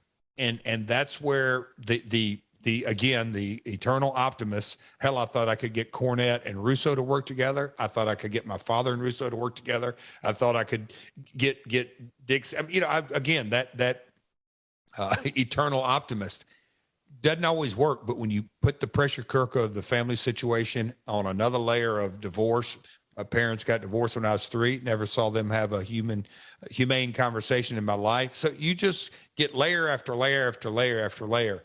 So we really went down a rabbit hole there, but I don't even know what your question was. But my father getting a call from Sobel and then him saying he's out, I don't even recall. Well, the call was, you guys ran a show that wasn't received well critically. Okay. And lots of people were saying this show sucks. And it was a show your dad booked. Okay. And your dad, when obviously you want to turn that around. You want to make sure that fans are with you. You've got this goodwill with fans. You need to, let's give them what they want, so to speak. And if you're going to look to make a change and your dad thinks, well, that change is going to involve a type of wrestling or a brand of content or storytelling, whatever, that I don't want to participate in, that it maybe drudges up you some old feelings, and you allegedly bring it into a family conversation, and now he's all tore up and it's heavy. Let's talk about business though. Okay. November 4th in the Observer, the report comes out regarding a deal, and also that Vince Russo has been attempting to go around your dad to Panda about the creative. And we're going to get into this a lot more in the future, but all of a sudden it hits you in the face. We thought through this entire episode, God, if we could just secure funding, man, if we can just keep the lights on, we just got to keep going. And now we've checked all those boxes. We're going, but now we got to wonder, why are we doing this? It felt like this is if we could just get this locked down, we've made it. But now it's like, oh wait, back to the reality of wrestling politics and content. And none of that was even paramount. It was, we got to save the thing. We got to keep the lights on. But now that that's behind us, boy, here come those creative discussions and politics all over again. We got back to sea level, and we thought we were coming up at sea level, and it was going to be nice old Hickory Lake out there. Looked like a bathtub this morning, Conrad. But in reality, we came up in the North Sea, and waves were crashing down, and a couple of things turned over. Yeah, that well said. That is exactly as we got back where our neck, we'll say, was out of the water. So our head, and we're looking around, but the waves were rocking for sure. And boy, does it hit the fan in the Observer. He wrote paragraph after paragraph. I can't read it all at once. We'll break it down piece by piece. Here we go. It was officially announced to the wrestlers and staff before the October 30th NWA TNA pay-per-view show that the company had been purchased by Panda Energy of Dallas. Those within the company had considered the sale close to a formality, with the big question being whether they could be behind Jerry Jarrett or Vince Russo as the main creative force. It had appeared Russo had the inside track a week ago, and Jarrett had admitted as much to some of the higher-ups in the company after officially finding out from Panda execs on 10/24 that Russo had been going behind his back to wrest control away for several weeks. Bob Ryder and Jeremy Borash met with Panda execs after this and were able to persuade them that Jarrett was the guy needed for the position. Russo conceded that some friends the day before the show didn't think he would get the power, and some didn't even show up at the 10:30 show, prompting some speculation that the battle was over. Others in the company say it's still a divided locker room and still thinking in the long run Russo will come out on top.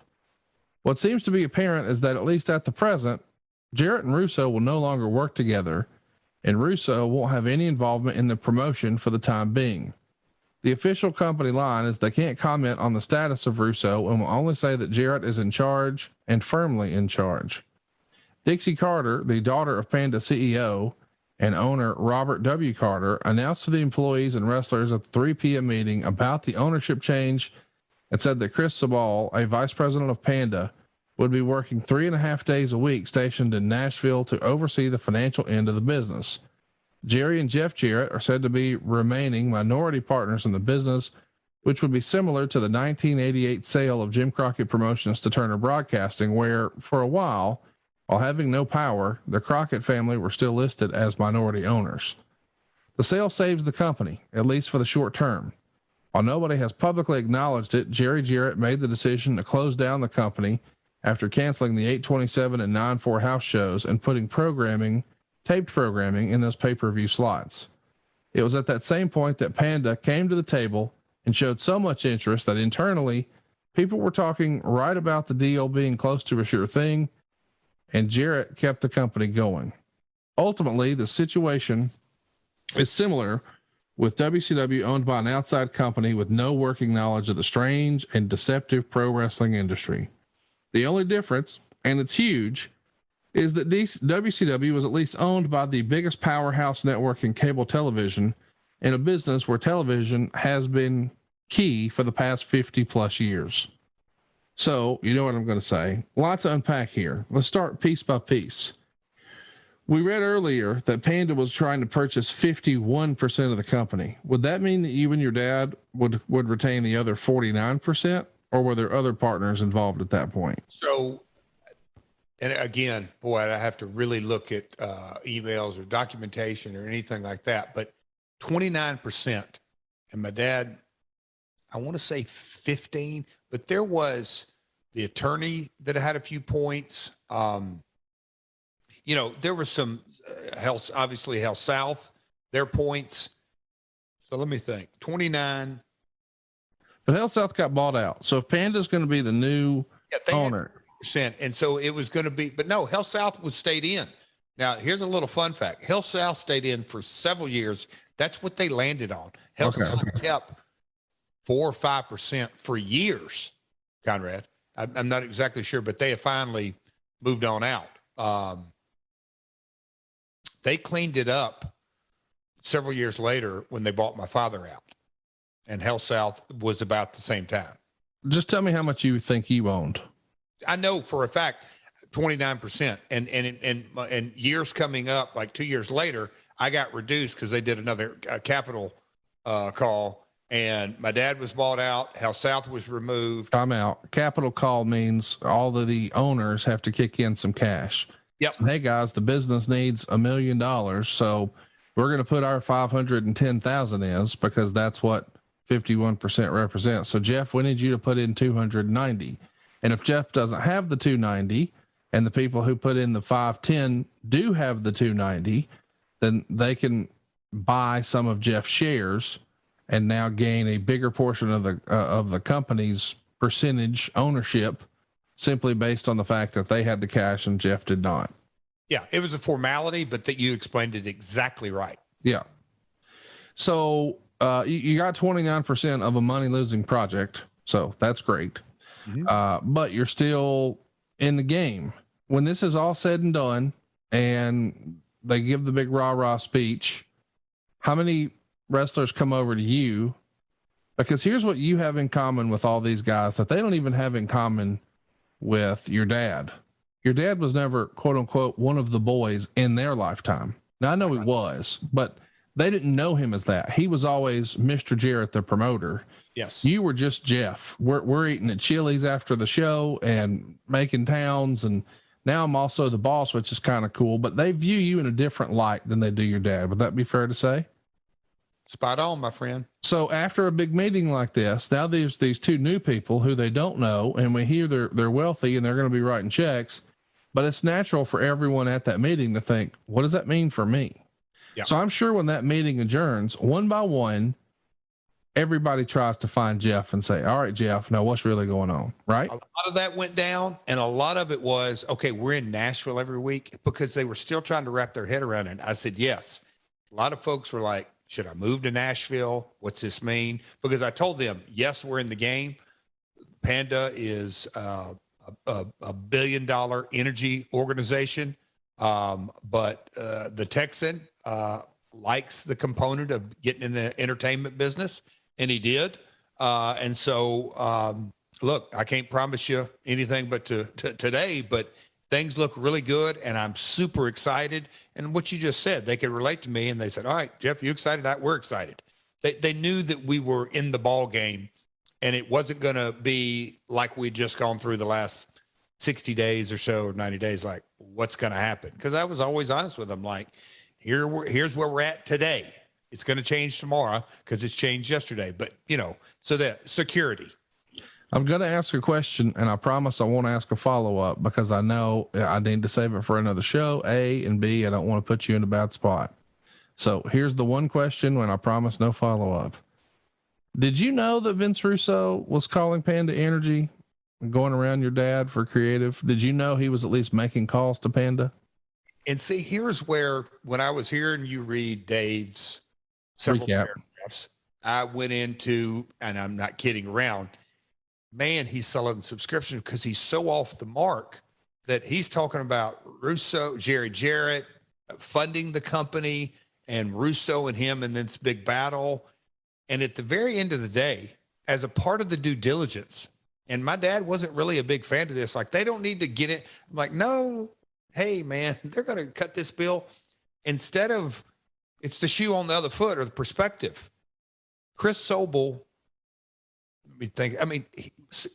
Chris Sobel was calling Goldilocks. Chris Sobel was calling talent. Chris Sobel was calling Vince Russo, and they're all giving their opinion. So you can say Vince was talking to Panda behind everyone's back. It wasn't behind my back. I was aware that Sobel, and again, that was his job. He was so rough around the edges, and me and him had some knockdown dragouts because he didn't understand the business. Ron Harris said, I've never seen your face get so red so quick. Give me an example. Give me an example of something that, and again, we're not picking on Chris. No, I'm not, but I'll be very direct about this because some people have diplomacy and some people don't. Chris Sobel, very arrogant, zero diplomacy, but Bob Carter put him in that position, and I believe Bob did it for a reason, and kudos to him. He's writing the check. But Sobel had the mindset that talent was just like, like a cattle car. The cows pull up, we're going to lead them to slaughter. Some are going to make T-bones, some are going to make filet mignons, and some of them are going to make crappy ground beef. It doesn't matter. We're going to get a new round. Zero value on guys that were busting their ass. Now, did that hit a soft spot for me because I'm a talent? Probably, but it's taken me 20 years to learn that. But Chris was rough around the edges, and again, very little diplomacy. And I would listen and I would listen and I would bite my tongue and I'd bite my tongue. But there were several times that it came like, dude, you can tell me about finance, you can tell me about legal, you can tell me about management. Don't talk to me and don't talk down about talent, because you just don't know what you're talking about. Because without talent, you don't have a show. And Janice Carter got that very first conversation, literally like, okay, I see that. I'm like, if you boil it, and I had these conversations, when you boil it right down to it, yes, Vince McMahon took everything national, and he, at this point, as we know, that took his company public. But Hulkamania was not a marketing campaign. Hulkamania was an individual with a marketing campaign built around it, just like Stone Cold Steve Austin and Mr. McMahon was a storyline of two human beings that you could relate to, but they're really walking, talking. It's not just some marketing. And again, they came from the energy business, and that's how they counted up their profits by how much energy they can produce at a certain amount of cost. Just completely do different things. But, when you drill it right down to it, my stage of their career, understanding IP is not the easiest thing to do for folks who hadn't been around it very long. And that's where me and Sobel had our head butting, that creating IP is the value. The wrestling industry is only worth what your IP is. Wrestling rings and all this BS, and that candidly, a TV contract can go away just as quick as you got it. If you don't have, just overnight. As we get into 2013, we'll be able to talk about that. But IP is IP. And that's the value of an industry, the wrestling industry. So let's try to put a bow on this episode. What do you think is the biggest misconception about your deal with Panda? Ooh, misconceptions. Well, and this in later years is that they just poured silly, funny money in it, and they never did. They watched every dime. They were shrewd. And I know I'm getting ahead of myself, but because you probably want to stay on the sell. Well, no, but let's mention that too, because I do think a lot of people assume differently. When this big quote unquote sale happens, I'm sure they wrote you a big old check too, right, Jeff? Bob didn't, he literally didn't pay a penny. Well, there's a few bits and pieces, but he agreed to fund it moving forward. But he did not write the Jarrett family a check. Hell no. He took yes. So you'll know, and I think, Conrad, we somewhat covered this, but Richard, we had set it up that Jeff had a loan to the company, Jarrett had a loan to the company, and HealthSouth had a loan to the company. The blue sky was, once we get it back making money, all that money's paid back. I was last in line. My dad was second to last in line, and Richard was first in line. But Bob Carter came in and converted all that to equity. So great businessman, and watched every penny. And if you look at the trajectory of the company, they were that way until December of 2009. So at what point, well, let me back up. What's your biggest regret in selling to Panda? Is there one? A big regret? No, because the timing was right. Look, I could have burnt the hand better than two in the bush. Could I have gone and take the face-to-face with the King family? Look, Don King is a boxing promoter, and very colorful one. The real estate folks around Middle Tennessee, tried to go find other options. I don't have any regret. I'm very, and let's be right up front with this. I probably should have said at the very top, I am incredibly grateful to the entire Carter family, Bob, Janice, Dixie, Todd, for everything they did for me personally and professionally. So regrets sung to them? None. What a ride it was. We'll cover it in later episodes, and covered it a little bit a couple of weeks ago, but zero regrets. One more question from Conrad from Huntsville. Okay.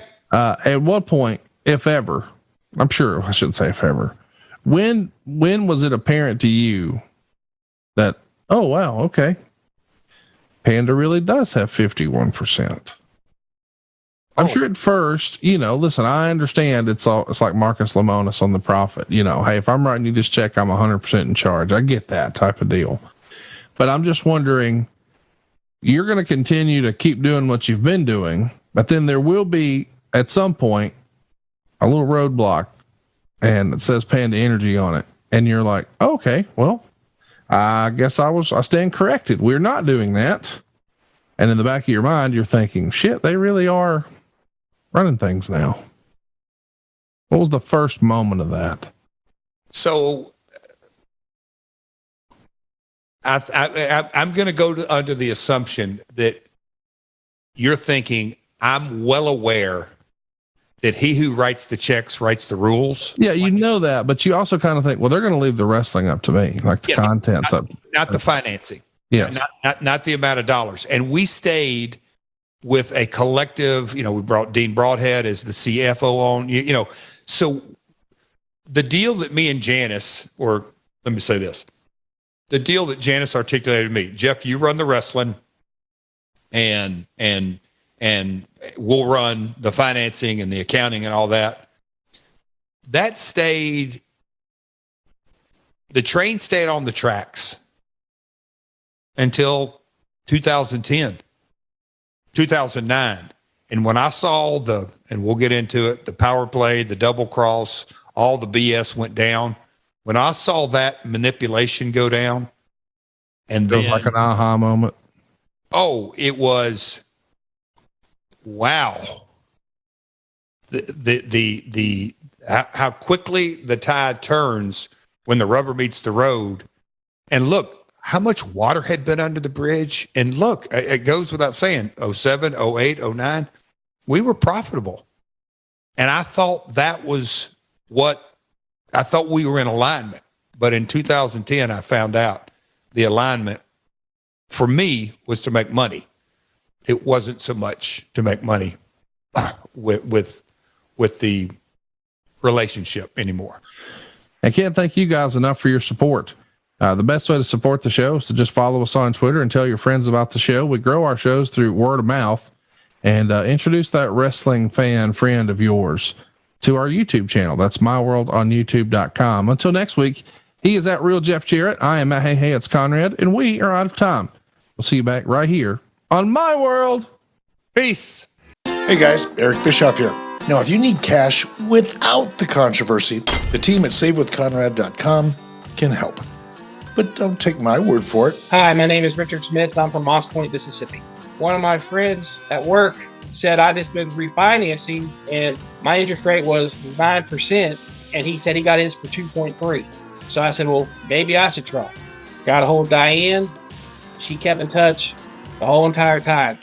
We owned 2 houses, and we rented one out, and my renter quit paying, so we gave it back to the mortgage company. And because we did that, we had to wait 3 years for an FHA loan to go back through. The one thing that Conrad said on his podcast was, we'll never tell you no. We might say, not now, this is what we need to do, and we'll make sure we get it done. Well, prime example, 3 years. And when they say no money out of pocket, there's no money out of pocket. They figure it out.